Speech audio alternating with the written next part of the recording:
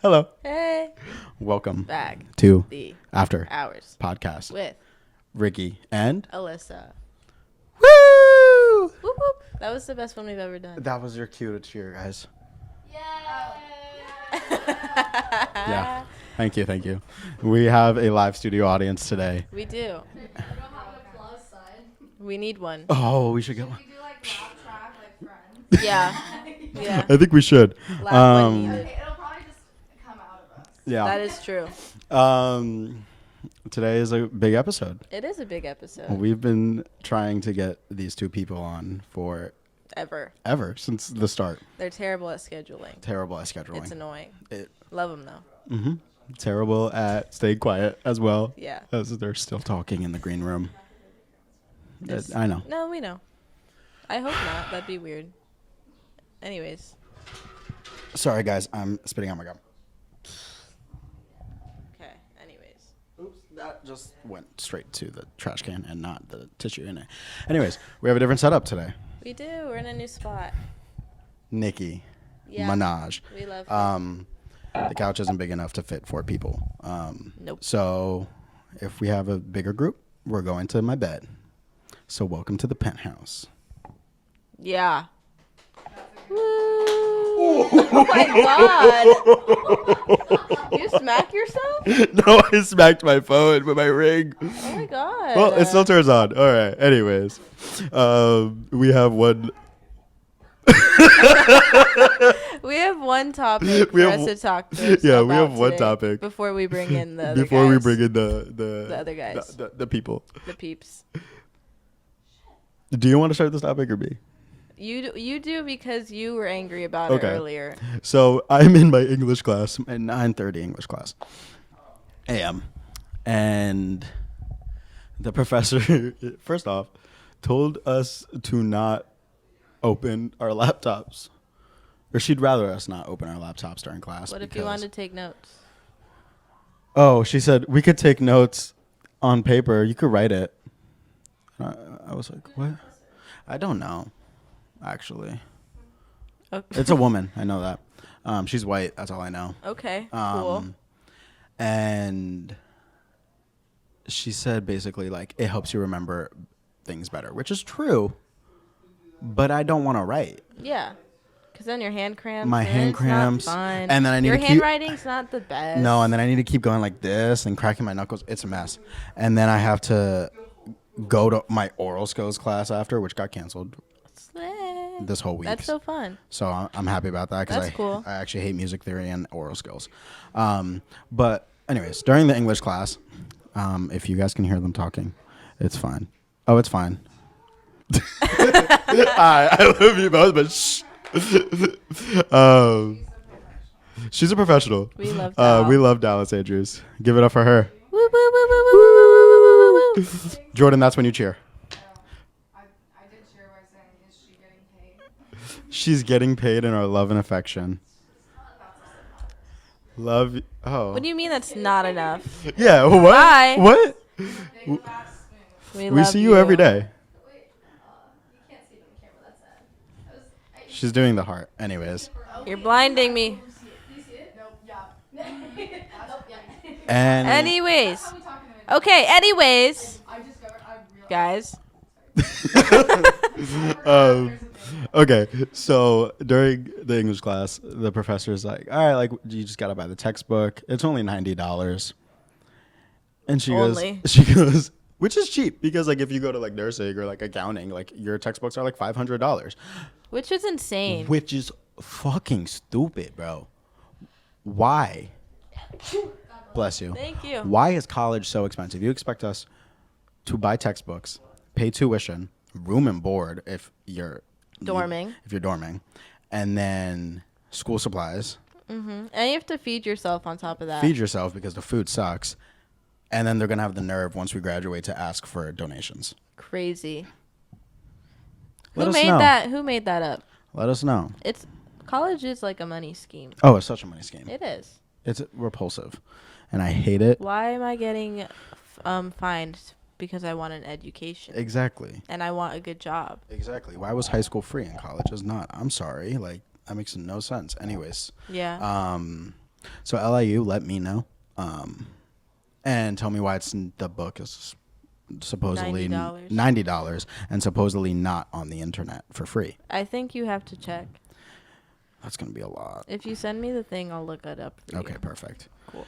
Oh, and then someone asked, I was like, oh, like, is the 9th edition good? Because I already looked for it, and she was like, no, you need the 10th edition. Oh my god. I was like, why are there so many? he goes, the writers are the same. Like, it doesn't make it's any just sense. because they find new information, so they have to. About what? English? Yeah. What is new about old people? What? Old people? If you were saying that shit about fucking history, it'd be different. English is constantly changing. What? No, I'm not agreeing with you. No, she's not. She's not agreeing with you at all. With me at all. No, Ricky, No, they but- have to make new additions. What? They have to make new additions But because why? because people are constantly researching things and finding new things out. It's about poems. Yeah, there's new poems made every day. What do you mean? I don't care. Give me the classics. Do you know what the classics are? Shakespeare. Bitch, you wouldn't even read it if you could. I wouldn't. I would not read it. Read Shakespeare. You would rather read Shakespeare. If it's a poem. Shakespeare didn't write all What- those No, novels. yeah. What is it? The haiku where it's like 575. that. Sign me up for that. That was my shit in high school. Make one What- right now. I'll go look on LIU bulletin right now. I'll find you a class. What is it? 7-5. 57. Sorry guys. I'm gonna be the shit at it. Sorry. I hate LIU. We pay too much money. It's syllables, not words. I was doing syllables. He was. I actually. hate LIU. We pay too much damn money. This school isn't fat. This school sucks donkey ass. Donkey is 2 syllables. This school sucks. These nuts. This school sucks my nuts. Okay. Applause. No, you're not getting that. You're not getting applause for that one. I'm sorry. No? Are you sucking your nuts? Anyways. All right, so Anyways, our next guest for this week. This is a powerful duo originating from the city of Burlington, Vermont. Please welcome. you don't know their names? Kevin Garrison and Kelly Butts. Please welcome Kevin Garrison and Kelly Butts-Spirito. Okay, come on. Come on, guys. Your mic's on the floor. No, that's Kelly's. Oh, well, he needs. Vermont boys, let's go.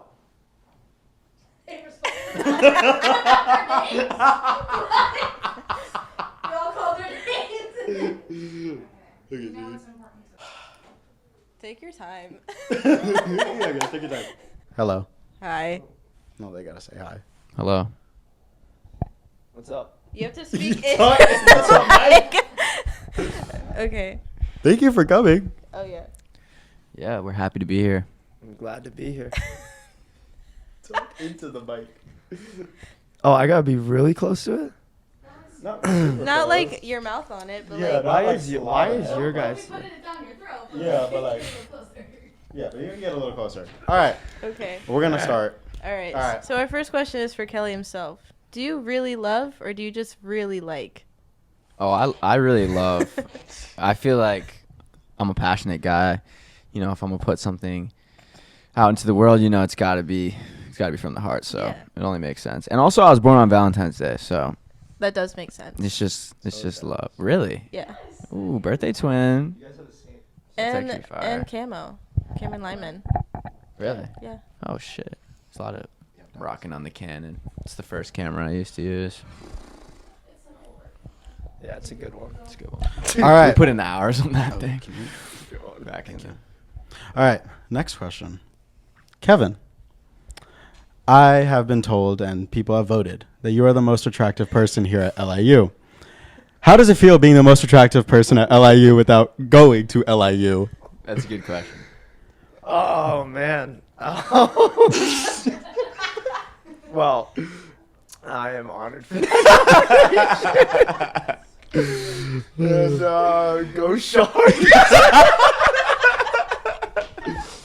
Now, I'm gonna be honest. He couldn't answer that question any better. That was a great answer, response. bro. That's absolutely a great answer. now, I was told a few months ago that you're neighbors with Bernie Sanders. Is that true? Yeah. Mike, You gotta bring it up. He lives 4 houses down from me, a little down the road. how is Bernie? I don't talk to him really. I've never said really hi or anything. We in our neighborhood, it's like a known thing. We like let him be himself. So he goes out, he walks. No one bothers him. He does him. We do us. I biked by him one time on the bike path, and I was biking by, and I was like, "What the fuck? Is that Bernie Sanders?" And then I doubled back and drove and like rode by him again, and I was like, "Holy shit!" So you stalked him. Yeah, it was just crazy. Like doubled back, caught the view Love twice. Kelly's a stalker. Got the view twice. That is That is a scandal. that's the headline. Next. Well, where are we? Oh, so how do you guys start like the Love Kelly brand, and like how do you guys become friends, and how did it kind of lead to this whole business thing that you're doing? I'm gonna let Kev start this one off.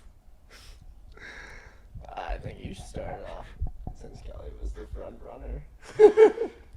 How about this? I'll explain the origin of the brand, but then he'll explain Yeah. our friendship, Yeah. and then how we ended up collabing. So basically,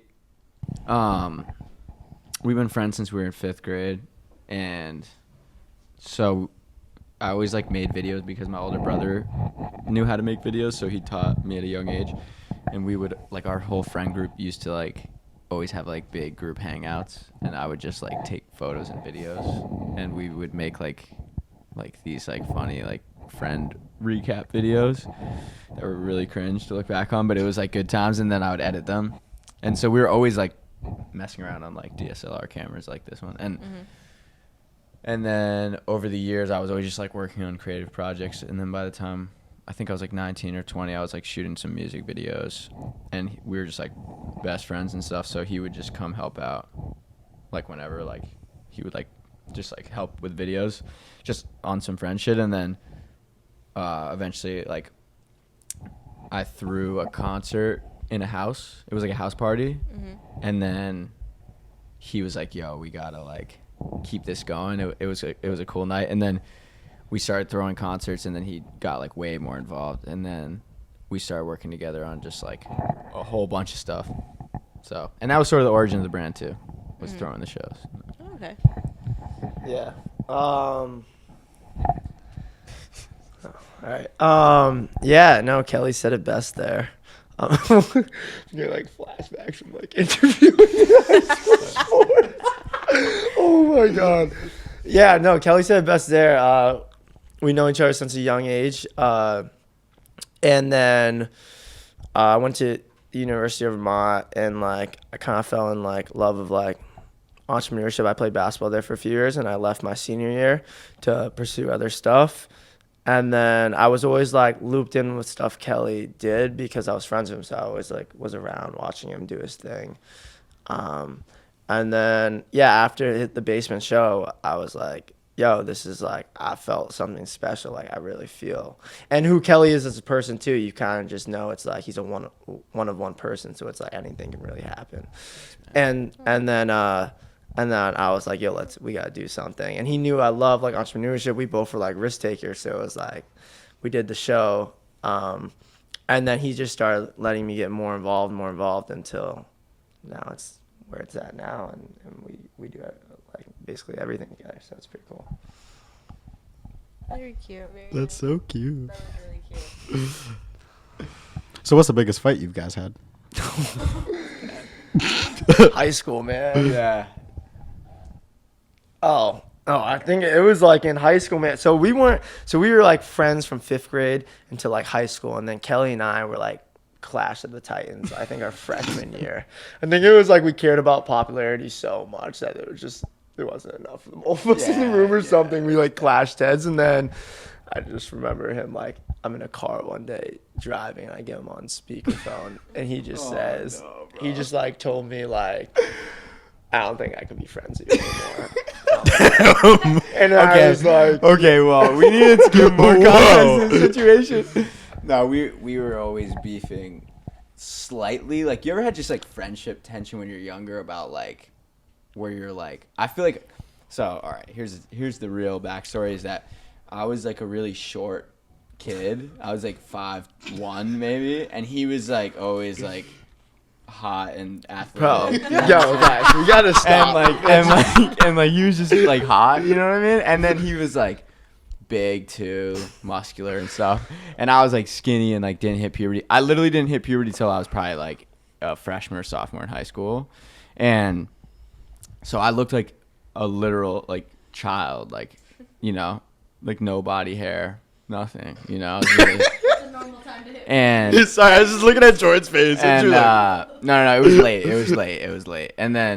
And he was like, he hit puberty super young, so he was like a full grown man in like 6th grade. You know what I mean? So anyway, so as we got old, like we started out in school being kind of like, you know, like even just friends, you know, and then over time like the older girls started liking him, you know, and I started being a little jealous. I was like, dude, what the fuck, you know? And then he got really good at sports, and I was just like falling off, you know, and I was like, dude, I just can't keep up. So then we would have like little, I was just jealous of him as a person, so we would get like little tension. And then bro, when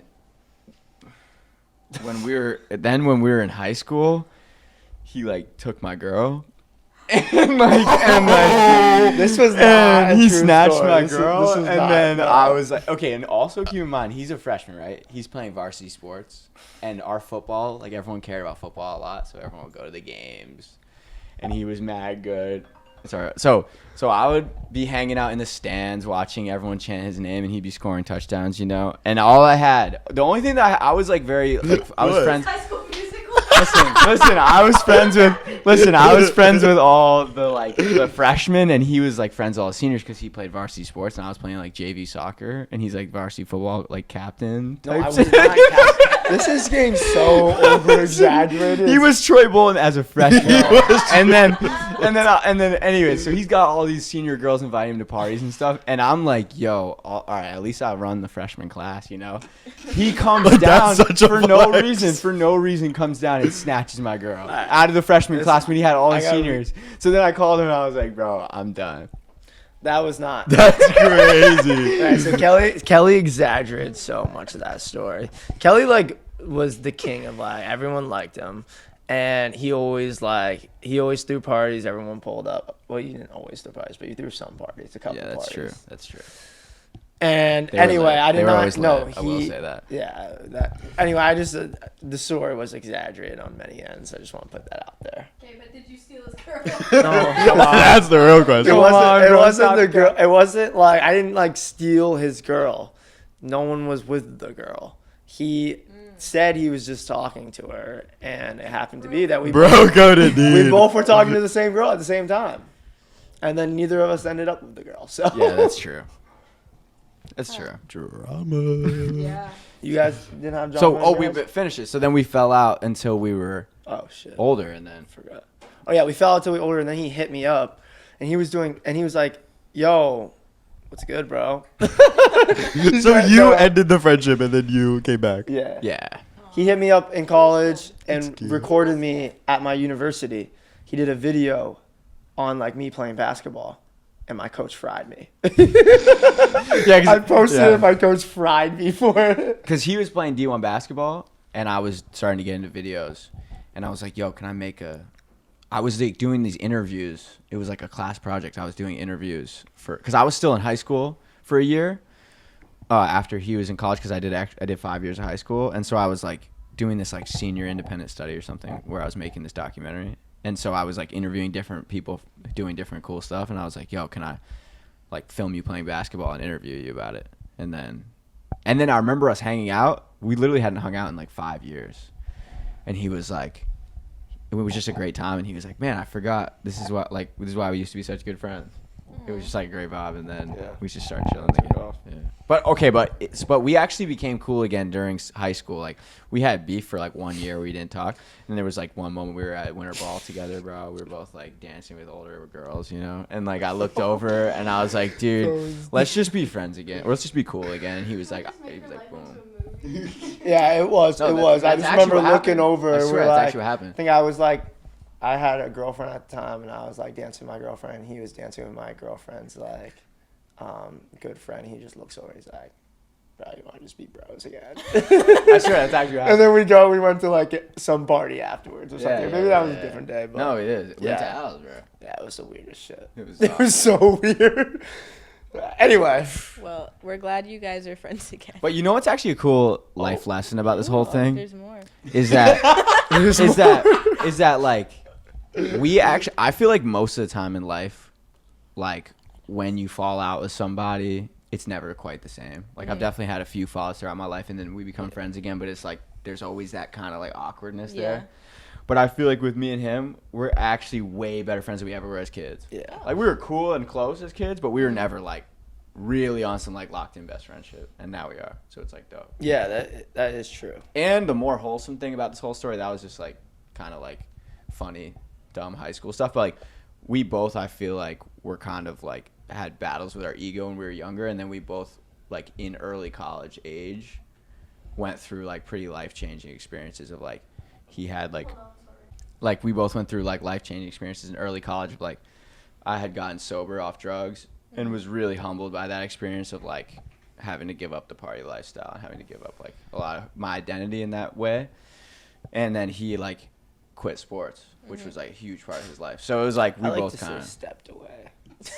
He didn't quit. but we both, I feel like, had to like look at ourselves and be like, yo, am I really the person that I want to be? And we both became like, I feel like a lot more genuine version of who we are. So we like changed in a similar way. So when we met again later, we were way more like similar than we thought. You know what I'm saying? Yeah. So it was cool. That's awesome. Thank you for sharing. Next, Kevin, we heard you have your own business. Tell us about it. I started when I like had this journey of like kind of falling in love with entrepreneurship. There was like a summer I like was working for this dude who was like super successful entrepreneur, like does everything from real estate to whatever whatever you name it, he does it. And anyway, so like for the summer, like I would do the most tedious tasks, whether it was like clean his bathroom or like go out and do errands for him or like fix something up around the house. I was always there with him and his family, and we would always have these awesome talks at the end of like the night, like and we'd like eat some food and talk, and we built a crazy relationship. He was like a really big inspiration for me. And then I decided to leave basketball. And this was all at like kind of like relatively the same time. So I decided to leave basketball after my junior year, like went through like some stuff there. And then so I was like, all right, well, I gotta like, I like entrepreneurship. I went to school for psychology. So the best thing I felt like to do was just like, you know, jump right into something. So I just started like a small cleaning business with like one of my friends at the time. And then yeah, so it was just like, it's not like a huge thing. It was just like a small cleaning business, but it was my way into like just understanding like a lot of business in general. And I feel like it actually taught me a lot of things. Like people wouldn't think that like just a little cleaning business would teach you something, but it also like, you know, it taught me a lot of stuff just as like just a business person, like understanding finance and stuff like that, but also just as a person, the way like I walked and stuff, and so yeah. But yeah, it's not like some big like empire, guys. It's just a little small cleaning business I had. Hey, business is a business. Kev. Yes, sir. Why did I need to take a deep breath for that? That was. You get nervous. You getting nervous, Rick? Getting nervous on your own podcast. That literally happens every time. That happens every time. Seems a little nervous right now. I don't know what you guys will say. Yeah, you guys are like sweating a little bit. You're sweating a little bit. I'm sweating a little Yeah, bit. a little I don't bit. think so. She's just glistening. You guys are definitely a little nervous, I'm realizing. nervous on their home turf. I just Home team audience. I don't know. Okay. Anyways, Just so you guys know, I watch this podcast more than any other podcast on YouTube. who was the last guest? Charlie. You didn't know the name of it? After hours, baby. After hours, Let's baby. go. You had to ask what the name Us was. together is we got this. Keep coming at you, Kelsey. It's okay. Anyways, It's okay. okay. So Kev, you have a bunch of side businesses, No. side hustles. I've had like side hustles. I've like narrowed it now, but yes. Okay, I've, like, so done a bunch of side hustles. Is there one hustle that you could see yourself sticking with throughout the rest of your life, or is it just gonna be dabbling Good question, around good question. till the day you die? I think that I would love to. I think I would love. It would be a dream of mine. Kelly and I obviously have been working together for a couple of years now. He was doing this before I was even here, but that would be a huge dream if it all came true and this whole Love Kelly thing got to where we want it to be. That would be a huge dream. But I think at the end of the day, like I love entrepreneurship, but what I love about entrepreneurship is just the innovation of it and being different and taking risk. And you really can find that within a lot of things in life. And I think one thing is and I love working with people. I think I realized that more about myself. I think leaving basketball was hard for me because it was like where I was from, my hometown, it was a small town and all I did was sports. And then I went to the university in the town and we don't have any professional sports teams. So it's like that university. So it was like I only knew like making friends within that type of identity. And like, so leaving that, I was like, I realized a lot about myself is that I like working with people. I like building relationships and having a positive impact on others the way that others have a positive impact on me and learning. So I think that as long as I end up in that type of environment and working with people and having the opportunity to build relationships, I can see that being really fulfilling in my life. It's beautiful. That was actually a really good answer. It was. Yeah.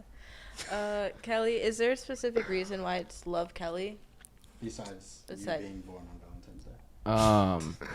I kind of forget the actual like exact origin of it, but I remember there was like a time where I used to say like on my music videos it would be like directed by Kelly Butts-Spirito, which is my full name. And well, one, my name is just long and kind of clunky and embarrassing, so like that was kind of annoying always in my life. It was always a thing, because my last name is Butts. So like middle school, I heard it all, like my group home, I heard it all. Everyone like, I've heard the craziest, the variations of that. Everyone roasting me about my name. So like, I was always like, man, as these videos get bigger, I would love to like have a cooler way to introduce myself as a director than just directed by Kelly Butts-Spirito. And then I remember somehow thinking that it would be cool if it was like a signature. Mm-hmm. And like I would always write like, at the end of a letter, like love, Kelly. And so I was like, oh, what if it's like my like love letter to whatever I'm creating? So like, what if it in the music video, it's like, this is the title of the video, this is the artist, and then it's like, it's by me, so Love Kelly. And then I remember trying it out on a music video. And it just kind of like, so I think I was like testing it. I would put it on a few things. And then it really like, when you introduce a nickname and then everyone just starts saying it? Mm-hmm. That's sort of how it happened. Like I would test it out on a few things. And then people started calling me Love Kelly, and I was like, all right, chill. But then, like, it just kind of stuck, so I was like, I'm just going to run with it. And me always calling him as Love Kelly. Yeah. He yelled at me one day, and I was like, okay. Were there any other names in the running? Well, I had an old Instagram @ called Free Spirito. before I, actually it was like right when I first came to LIU. And so that was the only other one. Okay. But yeah, not exactly. I think Love Kelly is the winner. Thank you. Thank you. What was the worst insult you got on your last name? Oh, I remember. Do you remember from Oh, yeah. Oh, your name dropping on the podcast? Yeah. Maybe I shouldn't. Oh. Yeah, let's put a bleep in. Yeah, let's bleep out her name. But I remember her coming up to me one time, and she was like in 6th grade, and she was like, Kelly, sperm donator. And I remember just being like, because it's like Butts-Spirito, and I remember just being like, first of all, that's backwards and doesn't even make sense. And second of all, like, what the fuck, bro? That makes no sense. So that was probably the most bizarre one that I ever heard. Wow. Yeah. I think I would have cried. You would have I was like, cried. used to it at that point. I don't think I would have cried over that. I would have just thought you were dumb if someone said that to me. Okay, so both of you said you were popular, correct? I did not say that. That was Kelly. Okay. That It was is actually Yeah, you That were was on the- when varsity did I say football. I was- As bro. a freshman, What- I think that counts. Yeah. No, that I didn't say that. Hold That on, didn't come out of hold my on. mouth. Do you want to know what his nickname was in high school? Yes. It was Mr. BHS. No, That's it the wasn't. name of our school, Burlington High School. So yeah, it was. Mr. Sponsored. Mr. BHS. You know? It's not. I was just. It's not that. Okay. Anyway, Okay, so would you say the other one was popular in high school? Kelly was very popular in high school. Kelly was the king of our class in high school. I didn't touch Till after he we came stopped and being snatched my girl. after we stopped being friends. I like felt exiled from our class because Kelly exiled me. I had my little Damn. group of friends, but Kelly like banned me from our class. So Okay. So you were a gatekeeper. Yeah. I will say that when we did break up, it divided the whole entire class because They pick sides. Oh Yeah. yeah. yeah, we had a lot of mutual friends. So I feel like it was defined by like who was closer with who, which side of the group you went on. So who did most people side with? Kelly was closer with more people in our class for sure. Within the class, I had like a tight knit. but he was like dating a senior. Bro, no. Were you gonna lie on the pod, bro? Yeah, he was dating the baddest senior in the Yo, school. oh my god, this is gonna go out to the public. He was dating the baddest senior in the school. Oh and then my he had God. also came and snatched my girl. So he Just Jeopardy music So he goes snatched on. my girl, and I was also dating the baddest senior in the No, school. I So I was like, all right, whatever. I'm just gonna take the whole class, you know. No, I'm just kidding. But I would throw a lot of parties, so I was like very like tapped in with a specific demographic of kids. But I would say like nobody outside of our class really knew who I was. Whereas like, you know, he would like have people trying to take pictures of him in public and stuff. No, bro. If we're gonna continue this podcast, bro, you can't exaggerate things, bro. This is getting crazy, bro. All right, hold on. So you had a fan base. Listen, has no one ever come up and asked you for a No, picture? no. I'm next question, bro. This as the is- no, as the no one- freshman on varsity football. No, oh my god, we're talking about high school, guys. Mhm. And You're bro, old. this was the chant. It was like, actually, I'm not even gonna do it. It's all good. He's the king of high school. Okay, No, I so wasn't, bro. I was not the king of high school, bro. did you guys care if you were popular or not in like high school and Oh, middle in high school? Yeah, I did. I think I think I definitely cared. Yeah, I did, because I think I definitely would have done like whatever it took to stay popular. I think it just helped that I played sports. I think what any athletes in high school or whatever, there's certain things in college, it's frats, and same with athletes, like they have like a natural popularity to them because of its little like group they're in. I was just saying that I think I just had the luxury of playing sports to help with the popularity that, like, you know, I think that kids and stuff that we like think is cool at that age. But I think that I definitely would have done whatever it took to stay popular. At that age, I was a very like, it's crazy to look back on it because at that age I won, but at an age now who I feel like I'm like myself and who I am. I'm a genuine person. I can look back and be like, you were definitely insecure back then. That's all. And a lot of people were insecure. I'm admitting that. I'm like, I was insecure. That's why I cared. But yeah. Me? Yeah, I definitely cared. Yeah, Kelly said at all costs. At all costs. I feel like the only thing that I cared about like drugs and stuff more than being popular. So I sort of like slowly just kind of ended up being in a bit more of a druggy friend group, I would say, than the really popular kids. But like, I also cared about being popular. But I just like I fell into a pretty big drug addiction, so I feel like my focus kind of like fell onto drugs more as I got older and started hanging out less. Like I started caring a little bit less about that and more about just like doing more drugs and drinking and stuff. But I would definitely care a ton about it like early in high school before I started really getting like hooked on drugs and alcohol. Did you guys care? No. I guys did didn't not care. Rick, I know you cared. People like knew who I was, but they didn't know me. Oh shit! No, like Oh, they didn't know you. Damn. Okay, that came They said out they didn't wrong. know me. They know No. that they knew. I did. Yeah, so you said that people couldn't get next to you, That's basically. not what I said. They knew of me, but I didn't like. They could have talked to me, but they didn't. I had other things going on that I couldn't. What I about- couldn't do it. Okay. And what about you, Rick? He cared. Oh, I know. Oh yeah, I cared. Cause my brothers were popular because they played soccer, and so it was like growing up, like seeing them with like their friends. It was like, oh okay. And then my mom like worked in the high school, so like bring your child to work day. Like I went, and then we would go into the lunchroom and see like my brothers hanging out with like their friends, and I was like, oh okay. I was like, so that's what I want. Middle school, I didn't really care. I just had like a tight knit friend group. High school, I cared a lot. I was just like hella insecure freshman and like sophomore, freshman and junior year really, and then I had like an epiphany junior year.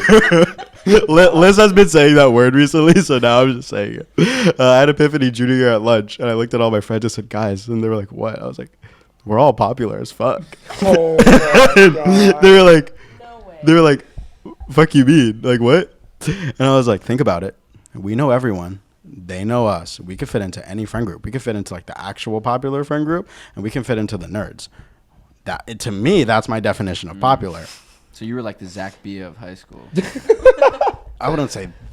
Rick, I can see Yeah. you being Hollywood, bro. The first time I met you, bro, you couldn't even say hi to me, bro. I tried Okay, saying hi to you at that's- the volleyball okay, game, all right, bro, all and right, you just all looked right, at all me, right. That's bro. crazy. That's a later topic. Anyways, Wait. Also, did you guys eat school lunch? No. yes. I went off campus No. for lunch. You packed it? I went off campus. Really? Yeah, we had an hour-long lunch. That's I brought my lunch every day, freshman and junior year, or freshman and sophomore year, and it was a bagel from Manhattan Bagel, plain bagel, butter, perfect. Because I didn't eat the school lunch, because I didn't want to spend money. Wait, you didn't have? You know, I did- people get like reduced lunch. You probably could have qualified if you. All right, guys, we can't have this on podcast. Yo, we have to cut this out the podcast. Ricky, you are cutting this part out the podcast. Next question. We gotta move on. We went way. What do you think? Wait, no, I'm not done. What was the level to qualify? Oh, I don't know. For reduced lunch. I think it had to be like parents' income, right? Yeah. No, I know, but like how damn bad did you have to be? I don't know. Wait, wait. What was the price of your reduced lunch? Not yours, but like in general. School lunch.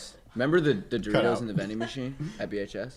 Oh, The yeah, what? yeah. The pink Doritos or purple Doritos in the vending machine, bro. I Oh, used they to- just sold them in the first cafeteria. period. Smash those every day. I used to get so tired of my mom because in elementary school, it would show people could see your account, the last person up. And yo, there were so many times, bro, my shit was red, like in the negatives, because my mom would pay for my shit on time, and I was like, yo, I would see it, it would be like -20. There would be like probably my school crush behind me. I'd be like, oh, this is the worst. Did day your ever. school Just ever violent. like stop giving you lunch, and then they like because like you were in debt, and then they would just give you like a peanut butter and jelly sandwich, and that's it? No, I love peanut butter and jelly. Sandwich that wasn't cooked. I'd have They been. didn't give us food. I would have loved peanut butter and jelly. You could they wouldn't give you food for me unless you complained to someone. Then they would just throw you. Did like, you a guys skip sandwich. like? Did you guys skip a lot of high school, or were you like always there? No, I was always there. Just first period. I Really? would never get there on time. Were you close to the teacher? No. Were you close to your teachers? A few. What about you, Rick? Yeah. Teacher.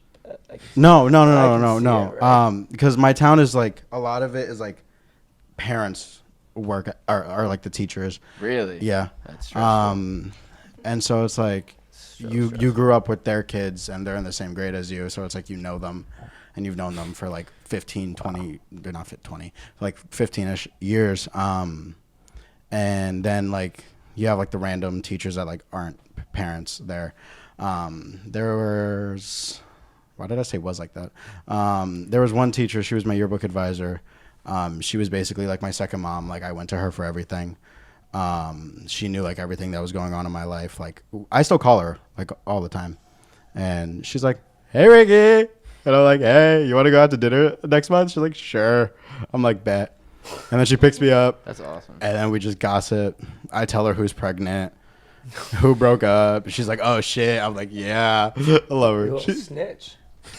No, I'm just You filling little her in. No, snitch. no, I because knew you always were a little snitch. because this teacher loved. So you were a teacher's pet then? Because No, because Because I snitched and you got free food. I'd snitch on everyone and get free food from teachers. No, because I was just raised correctly in the aspect of not saying that you weren't raised correctly. I raised correctly in the way of like, don't be cursing out your teachers, because there were a lot of kids in my grade that would be like, "No, fuck you, bitch," and then like storm out and like throw a tantrum, and it was just like, and then so it's like the teachers would appreciate the ones that like didn't. See, I feel like Or, I was like, give raised any correctly, attitude. but I had internal problems. Yeah. So I acted like I wasn't raised correctly, even though I was. And then my mom worked in the high school while I was there until my junior year. So my mom was friends with the teachers. So it was like, I couldn't be like an asshole to them. But also like all the teachers I had, for the most part, I like really adored. So,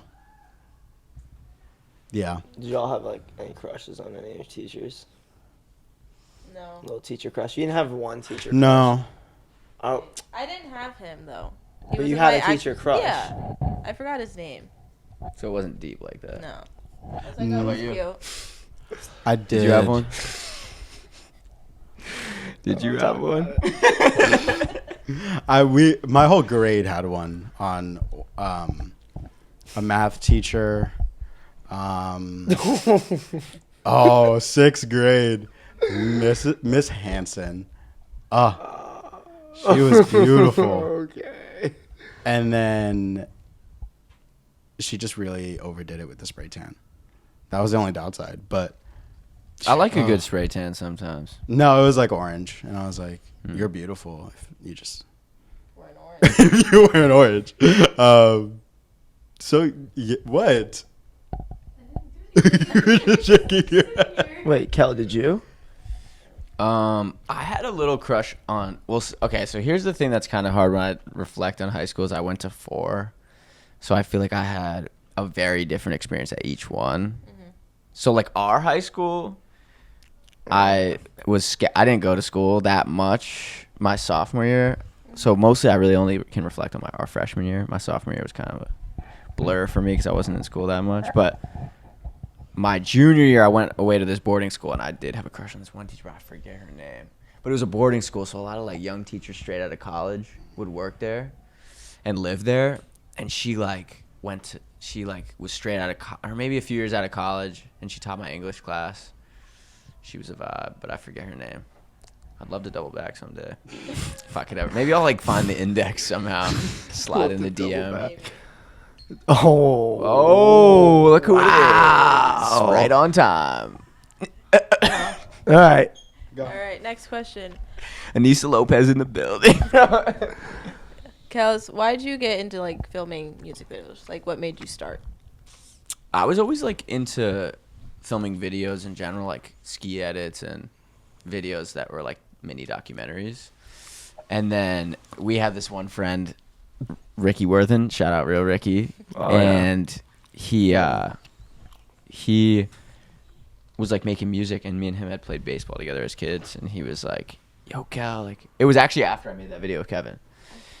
He like it went on social media, and then he DM'd me. It was like, "Yo, Cal, like I'm making music. You got to make me a music video." And I was like, "Oh, I've never actually made a music video, but I'm down." And then we made it, and it was like so like, you know, I was so inexperienced, but it actually like kind of went crazy. Look, I think it has like 13,000 views. Really? Yeah, it like popped off a little bit, and then that was just the beginning. I like loved it because it was like this. I feel like music videos are this dope way to like, you can shoot something that's really short, but it serves a purpose. Yeah. So it's like an easy way to sort of like develop new ideas in a very condensed way that's like manageable. You know what I mean? So And it tells a story. yeah. Well said. So that was the beginning. Thank you. Okay, I'm gonna read this part off my phone because I really tapped into my journalist side in this one. Ooh, okay. All right, Rick. Yeah. All right, Rick. Kelly, I'm gonna talk in my journalist voice. Oh boy. Kelly, you are an enthusiastic person who speaks out about drug, alcohol, and a porn addiction. It wasn't cute to laugh, guys. When did you get addicted, and like how do you face these struggles and the pressure of being in college where drinking, drugs, and sex are a huge part of the culture, and why do you feel the need to post about it? Not in a bad way, I think that I got sober super young. I'm still working on my porn addiction recovery. We'll see how it goes. It's been a challenge. I feel like porn and nicotine I relied on to get sober off of drugs and alcohol because I viewed them as like lesser addictions. So as I've gotten older, I've taken them more seriously. So I finally got sober off nicotine 2 years ago. Woo! And yeah, so I feel like for me, I just have like a very addictive personality. So I think I can use it for good or for bad. And like when I went to rehab when I was in high school, a really big sentiment that my counselor would say to me was like, you know, you have a certain ability to like draw people in, and so you can either use it to drag people down or to like uplift people, you know. And so I've tried over the years to like be someone that's a positive influence, and I feel like a lot of people are afraid to talk about those struggles. So I always felt like, you know, for some reason God had used me as a vessel, someone that always had like a strong voice, whether it was negatively convincing people to do like degenerate behavior or to talk about recovery. I think I never felt quite as much fear as other people about speaking out about things. So, yeah, I'm just trying to like use that for, you know, to benefit other people and to talk about things that, you know, are a little taboo to talk about that I struggle with and just be open about it. You know, it's hard. It's super hard. But I think I got sober young. So by the time I got to college, I was in a routine of sobriety. I go to AA meetings. I have really good friends. Like Kev's super supportive of my sobriety, and like, you know, he doesn't do much either. And like, most of my core people in my life are not people that abuse substances anymore. You know, so yeah. Sorry, Anissa just whipped out Chick-fil-A, and that was looking really good. Anyways, no. Okay. Okay, so you said yourself you have an addictive personality. Yeah. Do you think that's why you're a workaholic? Yeah, I think Ooh. so. I think that it's like, I feel like when I get focused on something, I like dive into it. And so I've been lucky to find things that I'm really passionate about that are like positive to put all my effort into. But I'm trying to learn balance a little bit. I think that there was like a point where like we were both working so much that I like lost sight of some friendships and stuff. And I definitely got the feedback that I wasn't being a very good friend. So I've tried to be a little bit more balanced with like taking the time to hang out with friends and stuff like that. Have you considered having 2 phones? Yeah, we've talked about this so Business. He needs and 2 personal. phones. He needs does 2 need phones. 2 phones. He needs 2 phones. I think I definitely want to get a new phone number soon. You should. I don't like the amount of people that have my phone number, but we'll see. We'll Alright. see, maybe one day. Okay. So personally, I've never been to Vermont. So what's it like? I'm very curious. What's taking you so long? Why don't you come? I don't. What do you mean? You've known us to don't be go there. to You can't Vermont. take a visit. Rick's come. Yeah. I'm from Florida. It's a long trip.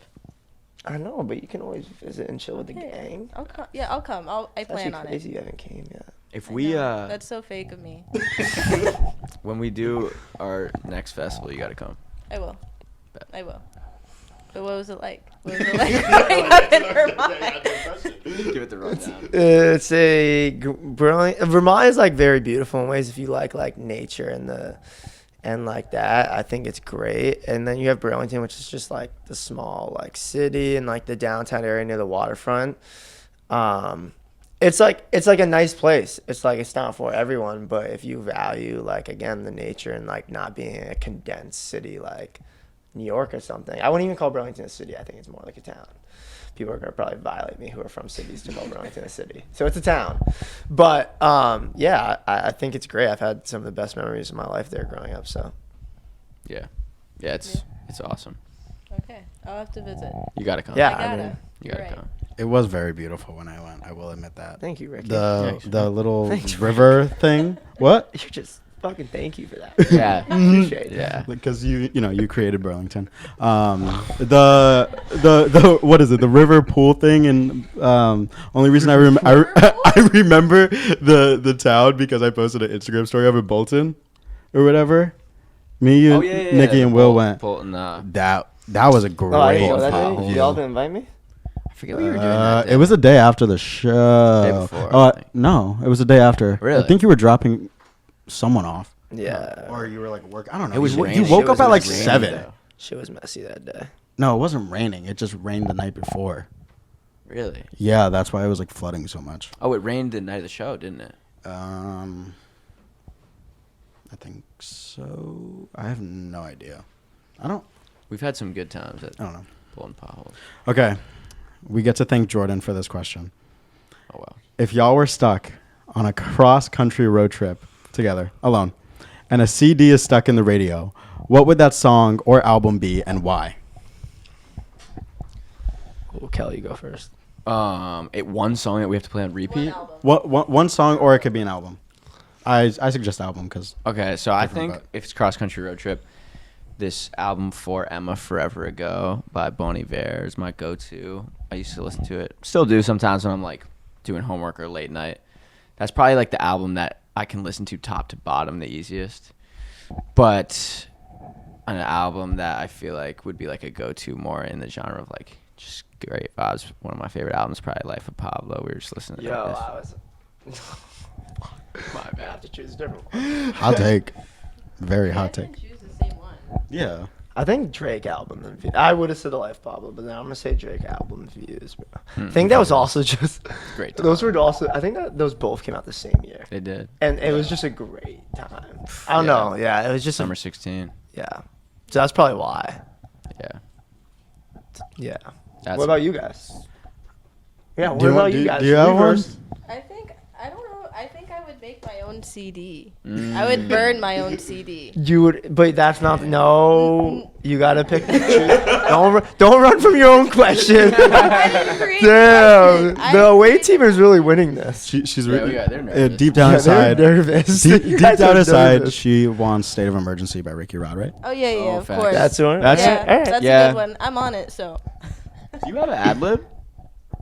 No, she has a whole interlude. What? She does have an album, not an album, an ad lib coming up on the next one. Also, all the core creatives of that album are in this room, right? The what? Video, ad libs / interlude, and then the artist Yeah. Also helps film. and I was in it. / I was in the music videographer. video. Oh yeah.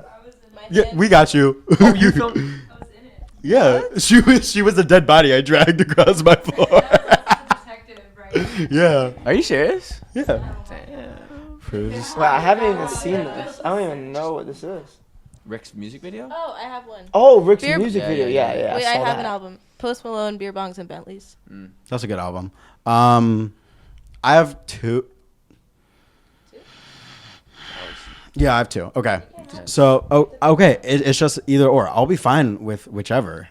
Me and Jord both said Lemonade by Beyonce yesterday. That's like if we were together. If we were together, but Together and we had to listen if it was us driving. I also think that's just like it's so many different genres because you have like the rock, then you have country, then you have like hip hop or whatever. You like country? Yeah. Really? That's a Yes. curveball. I didn't expect you to like country for Yeah, some I reason. didn't. And then Taylor screamed at me once in the car to get into country because she wanted to go to a festival with me, and I was like, okay, fine. And then I got into country. You got a little scruff, brother. I see it too. I got some too. I was just looking at. Ricky's the king of the neared. I was looking because I have a scruff. I need to shave, and then I saw yours, and I was like, oh, I guess You were like, oh, he needs to shave too.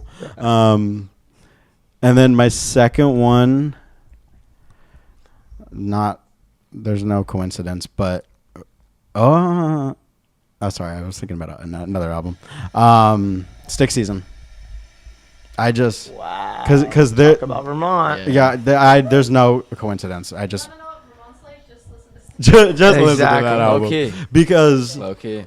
first off, the View Between Villages, but the extended version is crazy. Love it. But it's just a mix of moods that you can like cry to, but then you could also like scream at the top of your lungs. Okay, but the one thing that I will say is Noah Khan's view of Vermont is southern Vermont, and it's a lot more rural. We're like Ave babies, you know, like we grew up on North Ave, so you know, a little more city. How do you guys balance your social life and your work life? I'm gonna go first. Sure. Yeah, I feel like I haven't. I don't know. I couldn't give a good answer. I feel like I'm not good at balancing, and I've struggled with that. I feel like when I left basketball, I left because it was like you're all in or all out. And so when I started doing this stuff, it's like it's just all in. It's hard to like balance something when you're also like thinking of like you kind of want it so bad. So like it's kind of hard to think about balance when you know it like it to get a lot of things you want, like especially like our goals and stuff, and like where we want like this whole Love Kelly stuff to go. It's like hard to really, you know, to really find great ways to balance. I think what I'm grateful for is that I'm grateful I feel like I have some of the best friends in the world, man, that are so understanding.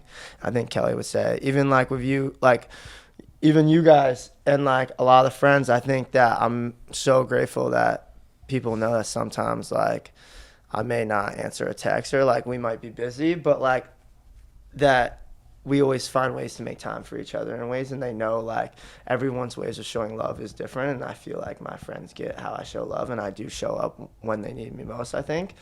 And also like I feel like we have a cool thing that our friends are like on the journey with us and are part of like a lot of the stuff we do. Yeah. Which is so dope. Like with the show, like Ricky comes into Vermont with the show. I feel like I haven't mastered the whole balance thing, but I feel like what's helped is I've surrounded myself with the best friends I could ask for. I feel like that's helped the journey a lot. It's who you surround yourself with. I don't know. That's the answer I'm gonna give. Yeah. I couldn't have said it better. You said that amazing. I feel like we like so much of this stuff is immersed. We're kind of like living the stuff we're doing, but it's like a blessing because there's so many people involved. And I will say like I feel like I've looked up to Kevin the way that he shows up for his friends a lot. And so I've learned a lot about like even just like little things that when we started becoming closer again, he does like these small things like text people on their birthdays, says good luck if you have something going on. Good, like even before we were working together, if he knew that I was doing something, he'd be like, yo, good luck today.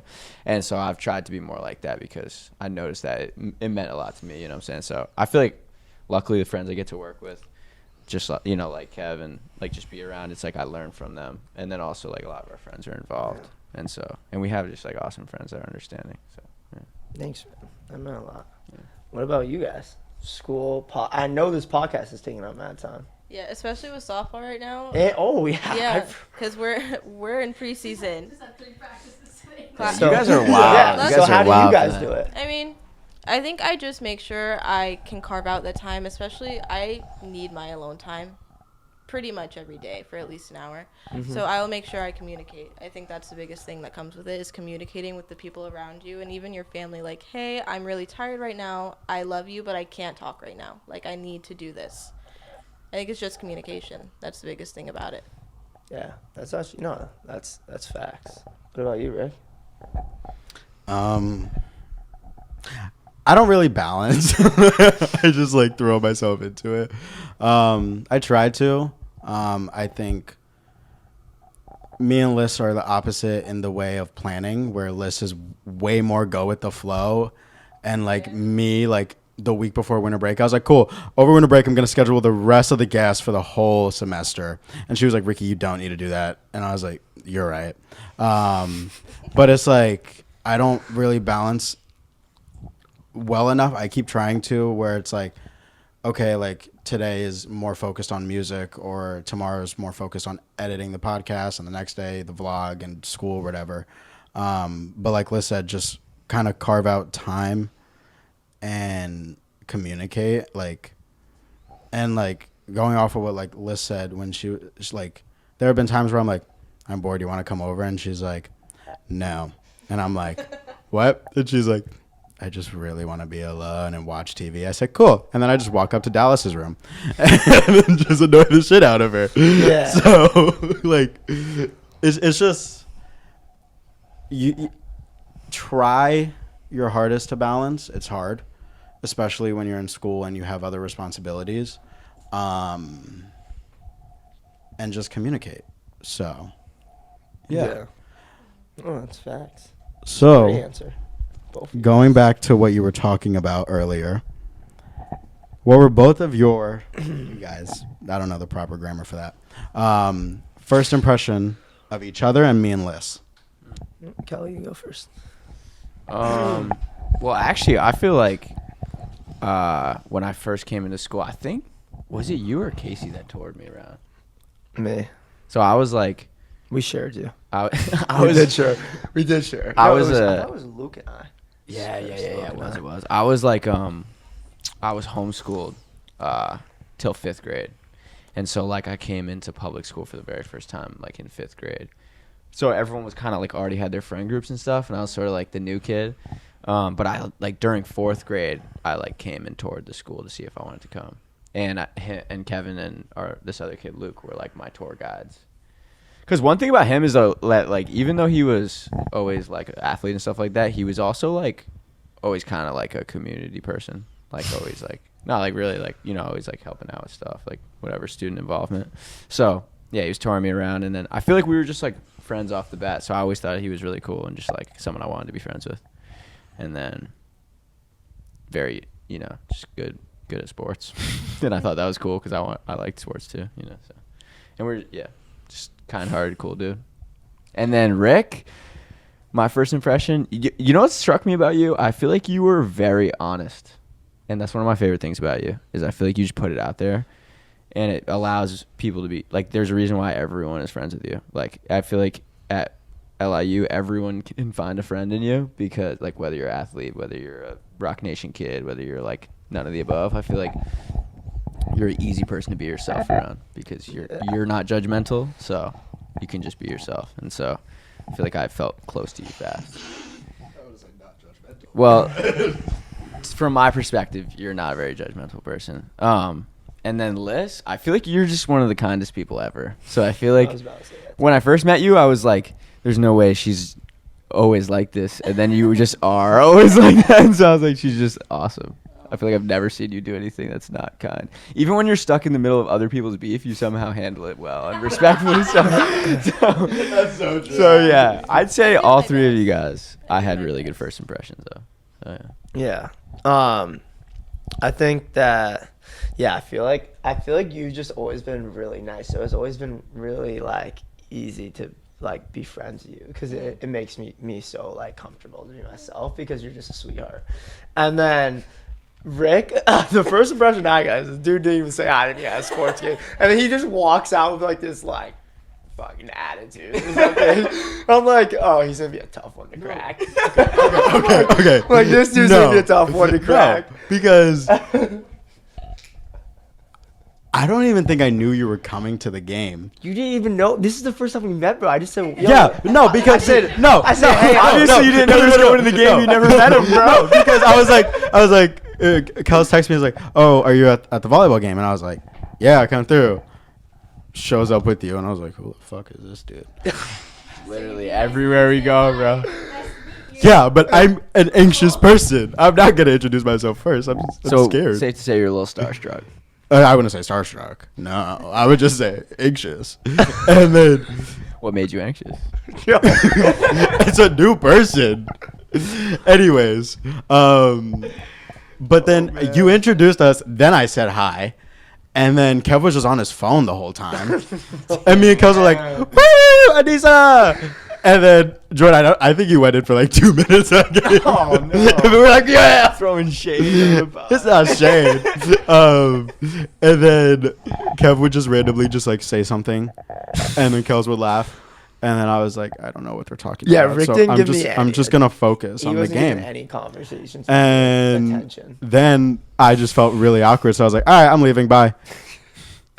I forget, like, my next internet. Because also we just became, like, mad cool. I feel like what Kelly says, you're very, like, it's easy to be myself around you.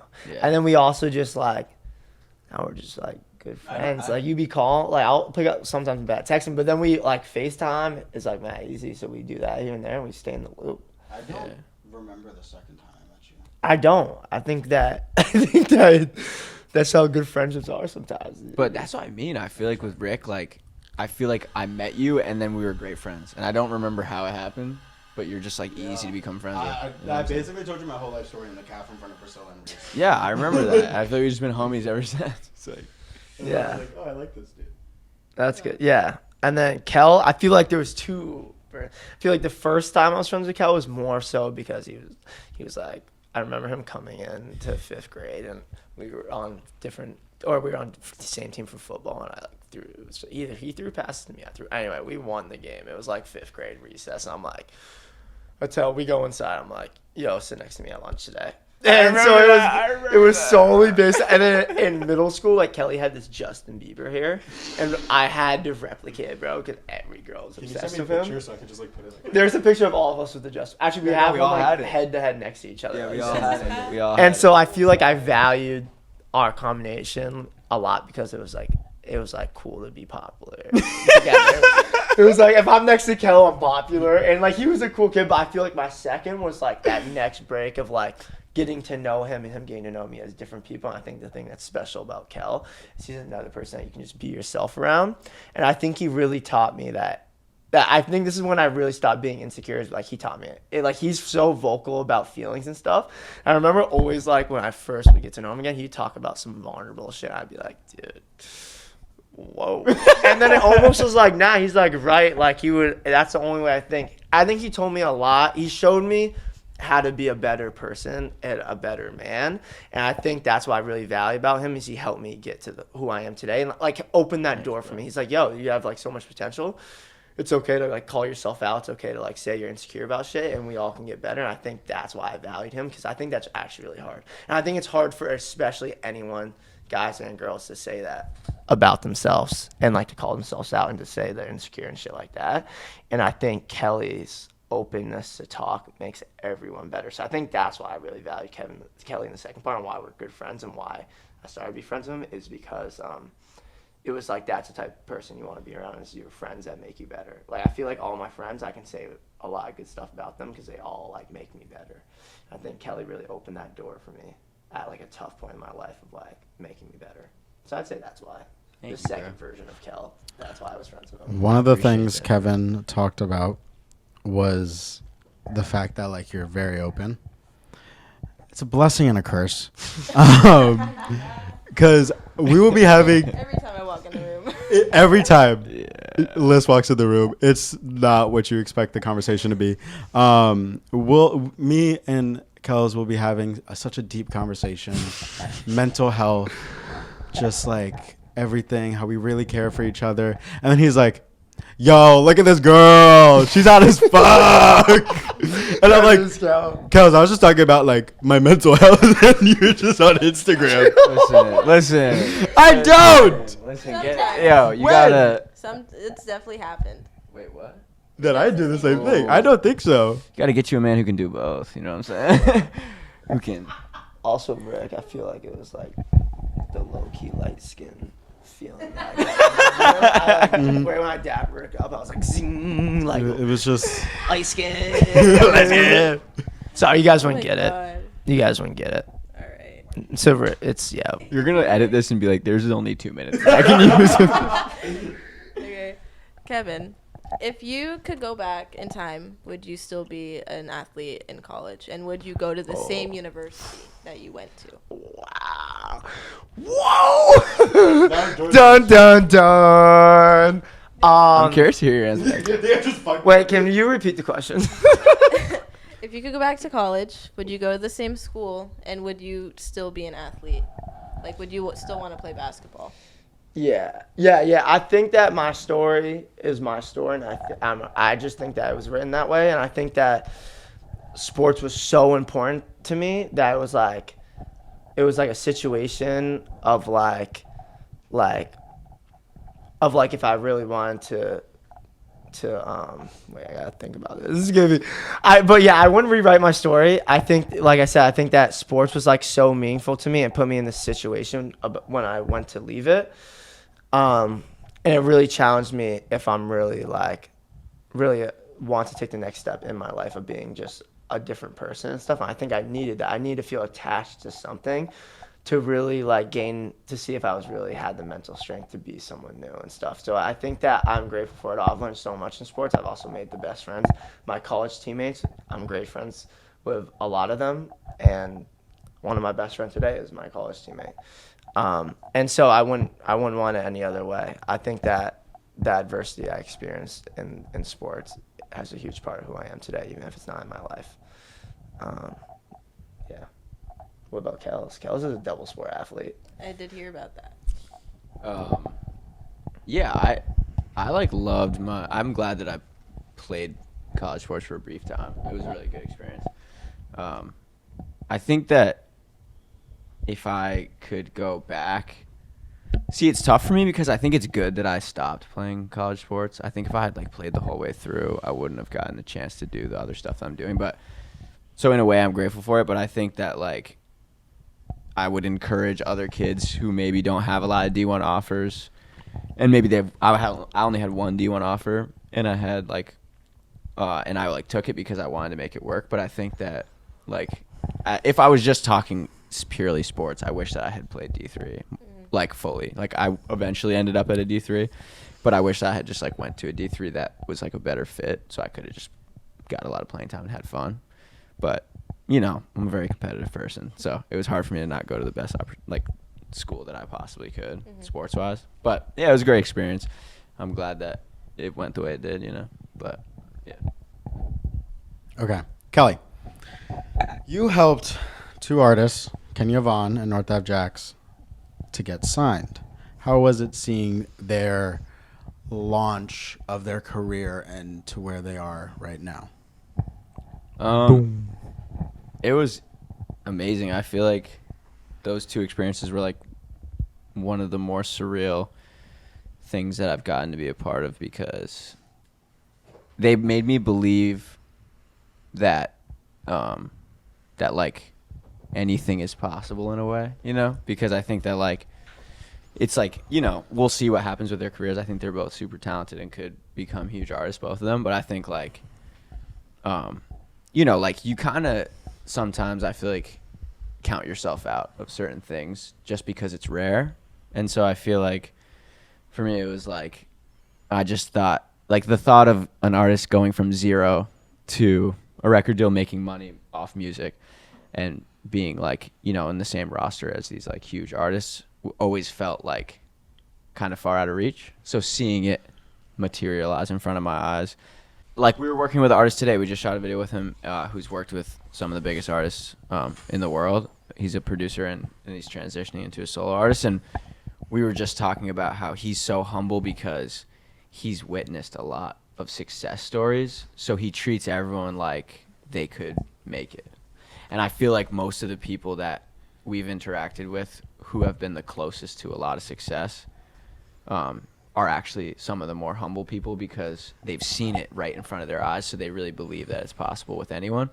And so watching Jackson, Kenya, like get those deals and like turn a hobby into a career was really all it did was just make me feel like it's way more possible, you know, to make it happen. So yeah, Jax's Good To Me song, I checked. Yeah. It's 2 million streams on Spotify. That shit's fire. It's crazy. I can see you Great vibing song. out in the club with that. The club's crazy. Where else? In your room? Here, I forgot you guys throw the best parties. They do. At LIU. They do. And I still have yet to been invited to one. That's crazy. You haven't invited Kev? No, that's a lie. I've also like graduated. I'm just That's a lie. I invited you to the album one. Anissa still pulls up even though she graduated. Oh yeah, you know Anissa. And She's she got the down for master's. it. She's down for the vibes. I said you still pull up to the dorm parties. The dorm parties. If you were on what reality TV show do you think you could win? I don't know any reality TV show. I can't answer for him. You can answer for him. What? Survivor. Dude's a beast in the wilderness. That's what Jordan said. Really? Survivor? Yeah, Why the he'd be good on fuck Survivor. Survivor? I feel like you're good in the wilderness. You can hunt. I'll build a It's fire. fast. It's durable. Yeah. Or like Love Island. No. He could be good. He could be good on Love Island for sure. I get Okay. overall. Kevin, what do you think I know a girl would break my heart on Love Island. I just know it. I'd actually end up with no girls. I wouldn't No, you know trust what, any bro? girls on Love You know what would Island, happen no. to you, and it would only be fitting, is you would go to the last round, and then she would end up with the other guy in the last round. No, I'd get dubbed in the first round, bro. Yeah. They'd be like, "This guy, get out of here, bro." Kelly does steal all the girls, man. That's why, honestly, why. That's a lie. That's why I'm single and like don't even talk to girls, because Kel steals everyone that comes out. Such a lie, bro. Group of girls come up, they just want to talk to Kel. That's so not He like true. steals them all. That's cap. He like we were in a bar once and a group of girls came up to us and then he told me to grab all of them water. Him and his Shut all the girls water. It's a lie. He's like, yo, That's Kel, a lie. can you give us 5 water? Can you get the car outside too? Can you pull the car up for me, Kel? I mean, Kev. He asked me like we were going back to hang with people. And he like asked me like if I could like sleep in the car one night. Bro, Having some girls over. He's lying, bro. He's lying. What show do you guys? What do you guys win? Well, Kelly didn't answer. Oh yeah. Well, I don't know that many reality TV show like challenge shows. Probably Naked and Afraid. I think I'd win that. Dude, you would win the Love Island 100%, bro. Yo, low key though, there was a girl that was on Love Island that sat front row at our fashion show. That's She kind of did. sick. She did do that. Wow. She did.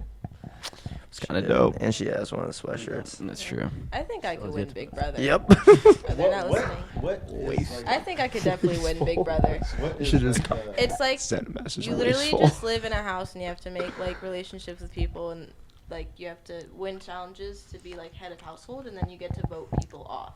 Oh, what is this show? Big Brother. Damn, I gotta check it out. So you have to build relationships with people, basically, and Yeah. Earn their trust. I think I could do that. oh, you'd be dangerous at that I game. think so. I Whoa, would win. Rick, you would be such a little plot twister on that game. Ricky, too, bro. you would be wild on a reality TV show, bro. I just think I would do Too Hot to Handle because it's like, What one is that? I don't even know that one. Yeah, I'm not a huge reality TV show Sex guy. ban. yeah. What is it? Don't- Sex fit. It's like a bunch of sex addicts and they have to go like. You're a 8 sex addict? You have to go like Ah. 2 to 3 months without sex. Yeah, or like kissing. You can't kiss. You He's like, can't. "Yeah, you man." can't. Yeah. Because it's like you just you lose money. Yeah, you lose money each time you break the rule. Yeah. How And much at do you the start end- with? At the end, Oh. you get one person wins the whole prize fund. What You start with like 100,000 and it slowly decreases. Okay, so how do you, both of you, think AI will affect the music industry and just the world in general? I thought you were just. I was like, what the fuck? Cal, does you that got it. mean? I don't want to kick it off. You go.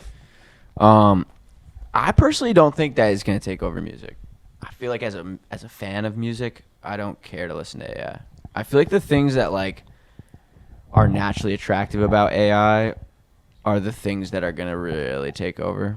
Like for some reason, I find myself glued to my For You page, even though I don't want to. Like I don't think it's cool, but I still watch it all the time. And I feel like with AI music, I haven't found myself listening to a single AI song. But that Drake song, the Drake and the Weeknd song that went viral like last year. Like I haven't even heard it. So maybe it will, but I don't know. I feel like there's something about It was like this guy like ghostwriter or whatever like did an AI version of like the Drake, the Weeknd and Drake, and it went like viral on TikTok, and then like Drake's record label like sued him for something or like copyright or whatever. I don't know. It was a They still need real people to create that. no. They did it. yeah, they replicate the Yeah. voice, yeah. There'll be right. It was like the. Voice. Because they've said like if it's artists like Drake, he said Yeah. every word probably in That's the. what I'm saying. You still needed a real person to create it. Oh, Yeah. yeah. Oh yeah. Yeah, that's true. Yeah, that's why. Yeah, and I also think they'll come up with like systems and rights to protect artists and stuff like that. I think in the world though, it will be scary because I think that it's gonna take away like jobs and stuff like that from people. So that part is scary because that can affect the economy a lot. But yeah, it'll be scary. It'll be interesting. AI is scary shit. There's a reason why like the smartest and like smartest people in the world like shook to even like or they're all shook. Like I think Elon was like doing some shit like with a few other people, and they like stopped it. They were like, "Yo, this shit is like scary. We're Yeah, gonna yeah. stall it for a little bit because like the world's not ready." Type shit. I also feel like it's gonna get weird with like voice impersonations. Like imagine you like find someone's parents' phones and then like impersonate that you've kidnapped their kid or something like that. Like stuff like that, I feel like will come into play. Like saying you're holding someone ransom and it's their voice. And Yeah. deepfakes. What's that? Deep fakes. I remember watching it from Shane Dawson when he was in his conspiracy theory era. It's basically they take like a picture of your face, and it's AI. Like they do the same voice and everything, but it makes like your face move like you're saying all the words. Yeah, it's so like crazy. people have done it of like Trump and Obama, where it's like I remember I think Shane did like an example where it was like Obama or Trump being like, "I'm gonna go bomb North Korea," like and like whoever can think that's real, and then it's like Yeah. hold World War III Oh, type that thing. is crazy. You know what's crazy about that, like technology development, is I remember in 6th grade I was dating this girl, and I heard through the grapevine that at school that, or like after school, that she was gonna break up with me, and I remember I had to wait until the next day to talk to her, and then I remember being like wishing I could hit her up, but I didn't have a phone, and it was only slide phones, and there was no social media at that Yeah. time, and then. Except for like Facebook, but we weren't really on Facebook. And then like I went to school and got broken up with, and that was the last memory I have of something like that. And then I think like Snapchat and Instagram kind of like became lit at the end of 6th grade, beginning of 7th grade. It's like crazy. I actually had to do like Alex research O'Connor. on You did, Alex. AI Yeah, like being implemented into mental health and stuff. Yeah. Yeah, and just like the idea of talking to a robot about your emotions doesn't make sense to me, No, because they're not gonna completely understand it For now. for now. But like there's such a risk of being misdiagnosed by them. Yeah, it's scary. And like I wouldn't do that. I would want to talk to a real person than someone who gets it. You guys ever seen that movie Her? No. It's kind of like beautiful and sad all at the same time. But it's like the guy falls in love with AI. Oh wait, I've heard of it. It's crazy. I've seen clips on TikTok. Have you guys? Have you guys ever been in a relationship? No. Why not? That's crazy. Why not? Do you want one, or are you just like Yeah, I want one. I just haven't found the right person? Yeah, no one's reached my standards. I like that. What about you, Rick? Yes. What about you, Rick? So what's the next question? Oh no! I wanted to ask a question. You have to answer. He Uno reversed on Yeah, you. bro. I just feel like we I caught you guys just- off guard today. You did. You're asking us questions. That just there was a one person for a while. Why didn't work out?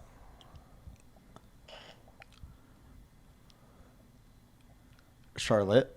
Charlotte. Fuck that bitch, Charlotte. Charlotte was in an open relationship the whole time Jeez. and then transferred. So What do you? Okay, how about this? What's your ideal type? Like, what do you see as important to find the person you're looking for in this life? That's a good question. do you want to go? Yeah, Because I can find my notes app thing. Wait, what? Yeah. I did all those up. No, I've had my friends do workshops to write down every quality they want in their partner. Okay, I and did if, Really? and if someone doesn't reach those standards, they're not the one for you. So you have bare minimum standards. You're a very good friend. Yeah. That You was when they were going through like breakups and stuff. I was like, we're gonna do this because they're not good enough for you. Damn, that's Anyways. good. I think That is good. Suck it up and get over it. That's really good. I think for me it's more of just like being respectful of my time and my body, because I don't know a lot of men that respect women like that. Yeah. Like a lot of them like hookup culture and stuff, I'm not into it. I don't want to do it. And I haven't found someone that's on the same page as me Yeah. in that aspect. It's very respectable. Words right there. Yeah, that's smart. My list. Ricky's got a list. We got it. I've been waiting for this one. Cute. You have to be cute. Oh, that was one of You need to be funny, like just really, really funny. You need to be able to have deep conversations, yet also crack a joke during it. Because that's what I've also appreciated about Friends, is that we could just make jokes about our trauma. Need to just kind of accept every side of me. You need to like my music and just like music in general. Be passionate about something, because if you're just like kind of like you're just staying home and not doing anything with your life, it's just like a turn off. You need to like my friends. I think that's kind of the biggest one. Okay with the fact that just sometimes I'm too busy to talk or just don't want to talk. You need to have a nice smile. You can't not have a nice smile. And then you need to just accept my weird, silly side. All right. It's not a lot, The right? list. It's only bare minimum. It's only my So bare someone minimum. has to check out to every single one of those. That's a bare minimum list. Or can they be I don't really know. good at most of it and like fall short on like some, but are like decent, and you'll accept them? Well, they can also can grow also, throughout like, that fall. relationship. Yeah. They can grow with you. Yeah. You know what I mean? I have a hot Yeah. take Hot take. that like when I've fallen in love, I thought like I have these lists of things in my head that I kind of think I want, and then like the 2 times I've been in love, like it was almost like a lot of the boxes weren't checked, but they were boxes I didn't even know. And then all of a sudden I was like, I don't know exactly what it is about this person, but like, yes. You know what I'm saying? Like, this is my type. I don't know why, but this is. You know I what think I'm saying? there's also a fine line between knowing what you want and what you need. Yeah. And I think maybe that person had the qualities that you needed at that time. I feel like I didn't even know. Yeah, exactly. You know what I'm saying? never know. Yeah. It's interesting. Kevin? Shit, what was... So I was like getting ready to ask her a question. wait, what was the question on me? I don't know. There is no question for him. question you asked us. What was it? Oh, like, what's your Oh, like, what's like? What do you look for? Oh, in a person? I feel like now I need someone that like I feel like I can be like best friends with. Like I feel like at the end of the day, like we all grow old, looks go out the window, like all that. So I just feel like first and foremost, like obviously I would love to have, but I think a lot of girls are beautiful. Like I don't really feel like I'm very judgmental in a physical aspect to men or women. Like I just think that's just not me. But I think that I would like, obviously I would love a beautiful girl, but also I think that's more important to me about like we could be best friends, and then hopefully that I could feel that we could have some intimacy type feeling after that. But I definitely have to be like best friends for in this stage of my life to like find that forever person. I gotta feel like we could just sit in a room and laugh and do all that stuff, and then hopefully obviously have that intimacy type, like, you know, be able to get on. why did that sound like you were like a Yeah. dad trying to explain sex? Do you think you guys are scared to be in love? Yes. Do you have vulnerability issues? Yes. What about you? Yes. I'm not good talking about my feelings at all. Really? Not at all. Why is it hard for you? Really bad. Why? Yeah. I think growing up, I was just always like that person that was so strong for other people. I didn't think I had time to care about myself and my emotions. You feel like it's changing as you get older? Definitely. Especially like the friends are.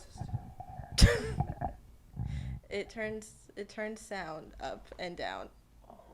Are you messing with it? Oh no. Kevin. No, it's definitely been recording because you can see the bumps. All right, go on. Definitely- Sorry. Anyways, definitely the friends that I've made throughout the years have gotten me to open up a lot more. Yeah. And I'm not as. I think I was more ashamed of it more than anything. Wait, 'cause, ashamed of? like being vulnerable and like the experiences I've gone through. I was like, oh, people aren't supposed to see that side of me. Like I'm supposed to be this Yeah. perfect person in this perfect world, but that's just not realistic. I also feel like when I've been in love, I like the things that are like maybe things that would on a list be like things you wouldn't like. That's facts. Do you feel like the hookup culture? Because I feel like for someone who, like, do you think the hookup culture also creates more vulnerability issues for people? I think so. Especially, I feel like, not that. Oh, you want to talk? No. Oh, sorry. I think females, like, I don't want to say they're more emotional, but in a sense that they are. And sometimes they're more willing to talk about their feelings. But I think there's a stigma that men have to be, like, macho and like they only care about one thing. And I think that, and a lot of girls have been hurt by men that are like that, but not all men are like that. I think there just might be in a spot that they're not emotionally mature enough to want the same things that women want. It's good. It's valid. Okay. How do you guys deal with people that have doubted you in the past? And like, how do you turn that into your motivation? Shit. Kelly, you got it. I feel like it's tough because I think that like there's part of me that's really fueled by it and really wanting to like prove doubters wrong. But I'd like to say that the older I'm getting, the more I'm trying to prove people right who have believed in me. I feel like that's been something I've been recently trying to focus on more, because I've noticed that like when I work really hard and I think it's about proving people wrong, when it does happen, I find myself forgiving them and not really caring anymore. But I find that the people that it actually feels the most meaningful for is the ones who did believe. So I think that it's sort of like a ego thing, but I think that in reality it's kind of irrelevant, the people that doubt. You know what I mean? So. Yeah. I think that now I'm just getting used. I feel like for a while I had so much resentment, and now I'm just starting to just care more about, like Kelly said, like the people that believe in you, the people that are always there for you. And it doesn't matter about those people. They're not in your story, and they just never will be. But the people who do count on you, people that show up for you, I've started to value them way more. So yeah, I feel like I just find a lot of gratitude, and I realize that there's always going to be people like that in this world. So, just value the ones close to you. Value the ones. Oh, it's made me actually value the people who show up for me and the people who are actually really supportive. That's what it's shown me. Really, it's like reminders to like all the great people I have in my life who show up. So that's how I just get, just find a lot of gratitude. You guys are such like perfect answerers. If that makes any sense. You just Thanks. that was The near grab. It's classic. anyways. Dude, Okay. it's If you guys aftershave. what? You should start texting Ricky a After daily shave. reminder, like, have you shaved your beard? After hours, after shave. Anyways, if you guys weren't doing your current jobs, what would you be doing? Like, what was your plan B your whole life? Or what is your plan B now? Not saying that you guys are going to fail, but. I feel like I've never really been the type to have a plan B. I've always just kind of, like, figured it out as I go. So I feel like I like to go all in on, like, even with sports, like, I was never really the type to be like, well, when I don't get to where I'm trying to go, I'll do this. It was always like, I'm going to ride it as far as I can go, and then I'll figure it out later. So, I don't know. I genuinely actually have no idea what I would be doing if I wasn't doing this. So. Kevin? Yeah. No, I think Kelly has a good point. What the fuck are you doing? Sorry, there's been like paint there, and I've gotten it all off now. Oh, thank you so much for that. Yeah, you're welcome. It's about One 20 for the bucks. community, guys. Sure. Yeah. No, I think Kelly had a good answer. I think that, you just really, it's about, for me, I've just, I don't really have a plan. I feel like I've really embraced that life. It's got, it's just is what it is day by day, and like a lot of things can happen, a lot of opportunities come. And so for me, I know some people are like very systematic. They have this, if this doesn't happen, they have this, and that helps them in their life. And it's like to each their own. For me, it's like I've been, like I said, I've had a lot of hustles. I've like really embraced a life of like a lot of shit and being involved in a lot of stuff. So I'm kind of just at like, enjoy the things you're a part of. Find like what you love. And for me right now, I love a lot of shit Kelly and I do. And I love a lot of other stuff in my life, and to run with those things and then just figure it out. Things change in life, so you never know. But But yeah, what about you guys? You guys have plan B? No. What's the plan A? Therapist. You'd be great at that.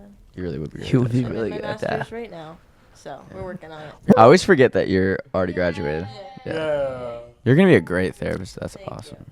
I appreciate it. That's special. What? See, my mom asked me if I had a plan B last year, and I said just no. Just kind of like, no matter what, I'm still gonna be in the industry of music. It's just whichever one works out better. Yeah. I choose. But where do you guys see yourselves? It's gonna be 4 points to this. In a year from now, 5, 10, and 20 years. Want to go first? I know. I don't know, man. I do not know. Yeah, I feel like so this dude that I was talking about, like this huge entrepreneurs dude, he was like always, every time we have convos, anything we say, he always says to this day when I talk to him on the phone, he's always like, blah, blah, blah, God willing. I would be like, yo, I hope to see you soon. He'd be like, yes, God willing, or something like that. I feel like it's been cool to me because he like kind of embraces how it's like, yo, just kind of focus on what you got. And tomorrow's not promised type thing. And I think we've all experienced that and experience it more as we grow up. We lose significant others, things happen. And it's really, and so I don't know, for me personally in my life, I'm really just really embracing of like being okay with not knowing some things and just being okay with that and just taking life as it is, you know, as it comes. And so I think when I start thinking about all these other things, it gives me a lot of anxiety. But I do know whatever I have in front of me, if I can just go at that and figure it out the next step when I get there, it's a lot easier for me. So that's just my answer on that. Yeah. No, I agree with that. I feel like God has a plan, you know, and just like oftentimes God's plan is way better than mine. And I feel like there's this quote that I love that says like, what if it can turn out better than you ever imagined? And I feel like for me, like, every time that I've had a plan that was very specific, it's not gone as planned. But then oftentimes, it's actually really interesting. Like in high school, I went to this random high school in the middle of Montana, and I was pissed about it. It was like devastating to me at the time.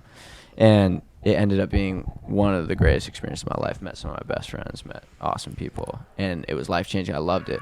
And that was like the first moment in my life where things went completely against what I wanted.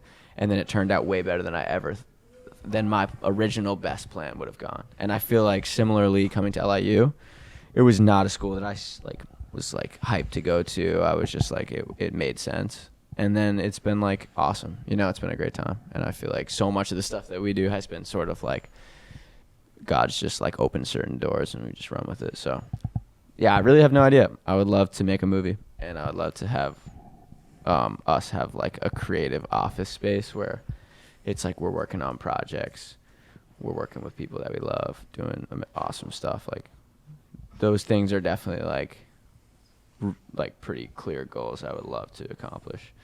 But yeah, we'll see. Yeah. Also, if you asked me this question like 4 years ago, I wouldn't have said where I am right now. So that's also why for me and just my life, it's just like been like that. I feel like I would not have said I've been working on and doing the stuff I have done or done any of the stuff I have done. If you asked me this question 4 to 5 years ago, I would have never said any of it. So, yeah. What about you guys?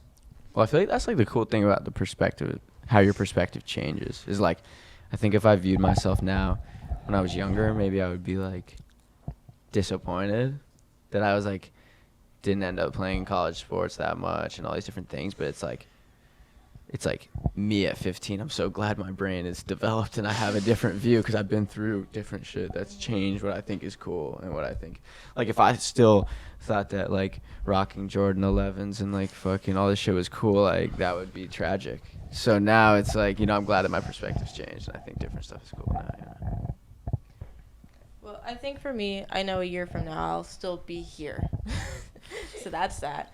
But after that, like, I don't know, like, I've gone through some of the toughest moments of my life last year, and I would have never imagined that happening. Like you said, like, I didn't even know I was going to come back to New York at all. Because I lived here when I was younger, and then I moved to Florida.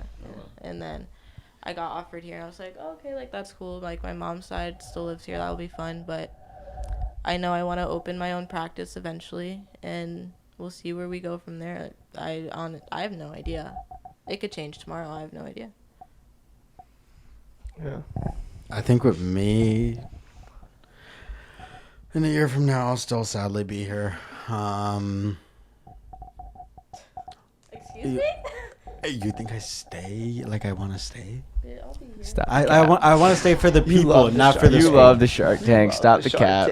Oh. Every break and every summer, me and you exchange at least one text where we're saying we missed the tank. Don't cap. No. I miss the people, not the school itself. But the people are a part of the Shark Tank. Yeah. I realized the Shark Tank has, like, you couldn't put, like, the Shark Tank just has specific types of people. That's a fact. There's a lot of uniqueness here. Yeah, but like, I don't know, like the school itself. Like, I don't want to stay with Promise and them fucking everyone's schedules up and all that fun jazz and the heat not being on when it was fucking snowing. Like, I don't want that, but it is what it is. Like, you got the people to like help you deal with the school. Have you always wanted to be a therapist? When I was younger, I wanted to be a vet, and then I realized I couldn't put animals down, and it would break my heart. And then I went into possibly like a pediatrician because I really liked working with kids at the time. And then I took like an early childhood course, and I was like, okay, maybe I could be a teacher. That could be fun. But I think essentially my own mental health issues, my friends, my parents, my family, like, I realized that I hated not knowing how to help them in those times. Yeah. So I kind of figured it out, I want to say my junior year of high school, and it just kind of went from there. That's awesome. Yeah, that's super awesome. And I was always a therapist friend growing up, so. Yeah, you still are. I still am. Yeah. No, that is awesome. Do you ever find as a therapist, like, friend in ways it can be like, do you ever not feel exhausted sometimes, or it can be like weighing? No, it is very weighing. So how do you like handle that sometimes? So, like, do you tell friends like I just can't be there for you sometimes? Like, I think setting boundaries is the most important thing when Yeah. you do have friends that struggle with mental health issues, like, because ultimately you need to prioritize yourself first, or else you're never going to be able to help anyone else around you. And I think one of my main goals this year is to start going to therapy for myself. You should do it. I go to the school and it's actually really awesome. Try it out. Yeah. I have to email them, actually. I was thinking about it. I have it 11 a.m. tomorrow. Ooh. I have a 5 p.m. tomorrow. I got a train ride tomorrow. You guys like NYC or Vermont better? I feel like there's pros and cons to both. I feel like I don't clearly like one more than the other. Like, I enjoy the energy of New York, the opportunity of New York, the people of New York. I feel like it fits more with this chapter of life because it's so fast paced and a lot of kids our age are here. But I feel like say we were doing the stuff that we're doing not in Vermont at all, it would not have the impact and feel as special as it does because it's so connected to where we grew up. And I feel like it has a special impact because the kids there don't have that much opportunity. You know what I mean? To like, just like bigger cities and stuff like that. And like, so I think that for me, and I just love nature. And I also feel like we have a really cool city where like there is a lot of people that come back and sort of like stay. It has like a really addictive quality to it. I feel like where people like can never quite stay away. Like everyone always sort of ends up back there. And so I feel like I just like love Burlington so much that like I'll never be able to really leave forever, you know? But I just think that like New York is so refreshing and there's so much opportunity that's so exciting. And it's kind of cool that they're so close to each other, you know? Yeah. I think for Vermont, I like it because of like, I like I'm a big like I got a little countryside to me, so I love like the nature and stuff. I love being outdoors, and New York deprives me of that so much. But the thing I like about here is the energy. It's like the type like the New York has that type of energy, like everything's possible, and you see so many people doing so many different things. Like every time I'm here, I feel a lot of hope. It's like it's like I feel like it's so much that in Vermont it gets very narrowed. Yeah. And that's just so I think that's the difference. For me, it's like I love the outside and stuff of Vermont, and in the summer it's beautiful. I hate the winter. I'm not a winter guy, but I love the summer and fall. But New York, the energy, the people, and like that sense of opportunity is like really awesome. I agree with that. Okay. So we're almost done. We have 2 games for you. The first one is rapid fire. Well, technically, they're all rapid. Both are rapid fire, and Liz is gonna take it away. Okay. So first question: dream artist to work with. Drake.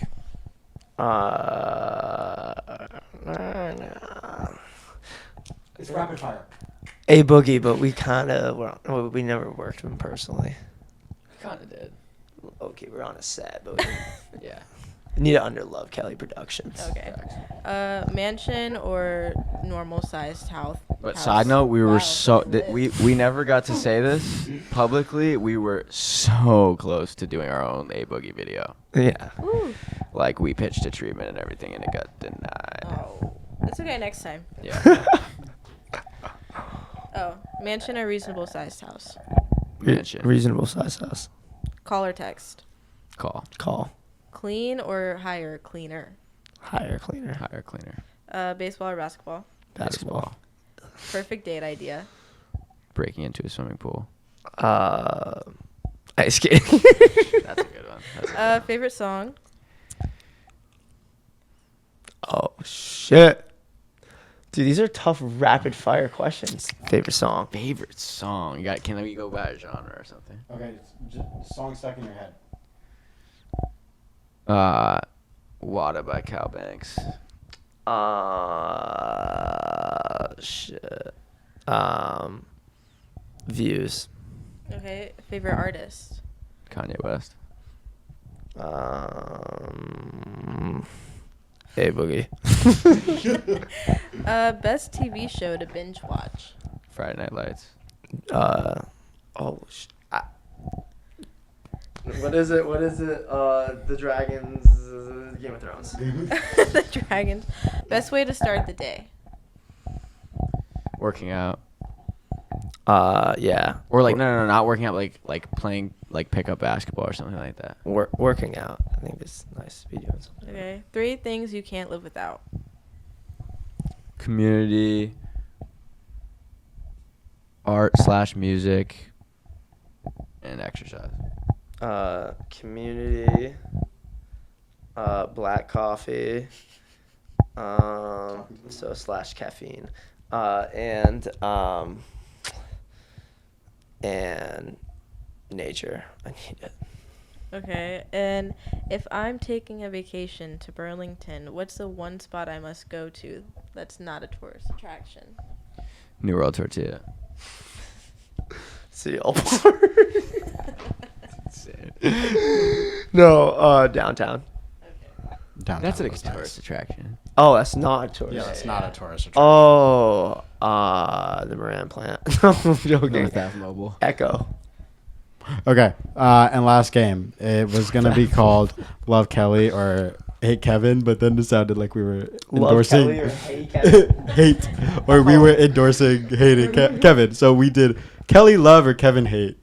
So you just gotta say if you love or hate it. Being organized. I love it, but I'm not good at it. I love it. Yeah, I'm not the best All right. at it. Love Kelly apparel. Love it. Love it. Falling in love. Love it. Love it. A cleaning service. Hate Love it. it. Hate it. Hate it. So Hookup much. culture. Hate it. I'm half and half. Okay. Winter. Love it. Hate it. Holy shit. I love it. Hate it so much. So much. I've never met anyone who hates the cold more than him. Blinds being open 24/7. Love it. Hate it. I love it, actually. Okay. Sushi. Love it. Pineapple on pizza. Love it. Love it, sure. Samsung products. Hate it. Hate it. Great. Always make the green text messages. Yeah. Can't do group chats. Awful. And last but not least, a hot topic: water being wet. Love it. Wait, what? How do you? Is Like water like wet? is water wet? What if it's yes, love. If it's no, hate. It's definitely wet.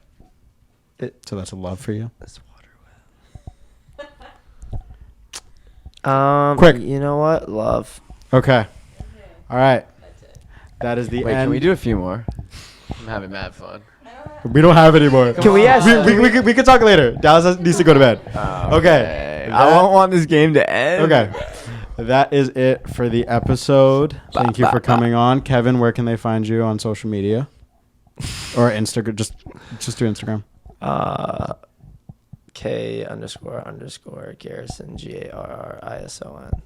Kelly? At It's Love Kelly. You could find me on Instagram, Ricky B. Rodriguez, all the YouTube things. And Alyssa.o. And then you can find the podcast at afterhourspod.s. That is it. Thank you for watching and see you next week. Tap in after Boom. hours, baby.